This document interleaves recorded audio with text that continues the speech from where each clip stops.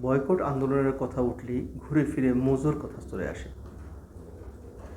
অনেকে প্রশ্ন করেন, সব বয়কট আন্দোলনে মোজো কেন আসবে? আসলে মূল কথা হলো, বাংলাদেশে বয়কট আন্দোলনের ক্ষেত্রে মোজো একটা সফলতার প্রতীকে পরিণত হয়েছে। কোকাকোলার মতো একটা বিশ্ববিখ্যাত নামিদামি কোম্পানি এবং বেশ জনপ্রিয় একটি কোম্পানি মোজোর মতো একটি দেশীয় কোমল পানীয় ব্র্যান্ডের কাছে নাকানি চুবানি খাবে, এটা একেবারেই অবিশ্বাস্য একটা বিষয়।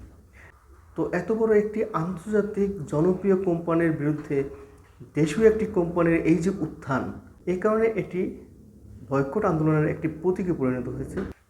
তাই মোজো শুধুমাত্র একটি দেশীয় কোমল পানীয় ব্র্যান্ডের নাম নয়, বরঞ্চ এটি হচ্ছে একটি সফলতার গল্পের নাম।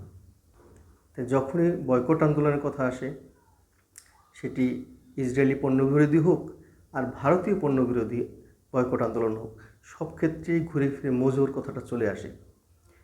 বাংলাদেশের রাস্তাঘাটে যত মোটরসাইকেল চলে সবগুলোকেই কিন্তু সাধারণত লোকজন হুন্ডা নামে অভিহিত করে।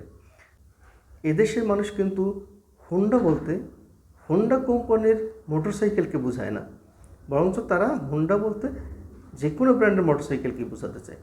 ঠিক তেমনি মোজো মানে শুধু মোজো নয়, মোজো মানে শুধুমাত্র আকিজ বেভারেজের একটি পণ্য নয়, বরঞ্চ মোজো হচ্ছে গিয়ে বিদেশি পণ্যের বিরুদ্ধে এদেশীয় পণ্যের একটি প্রতিনিধিত্বকারী প্রোডাক্ট, একটি ব্র্যান্ড, একটি বিজয়ের গল্প।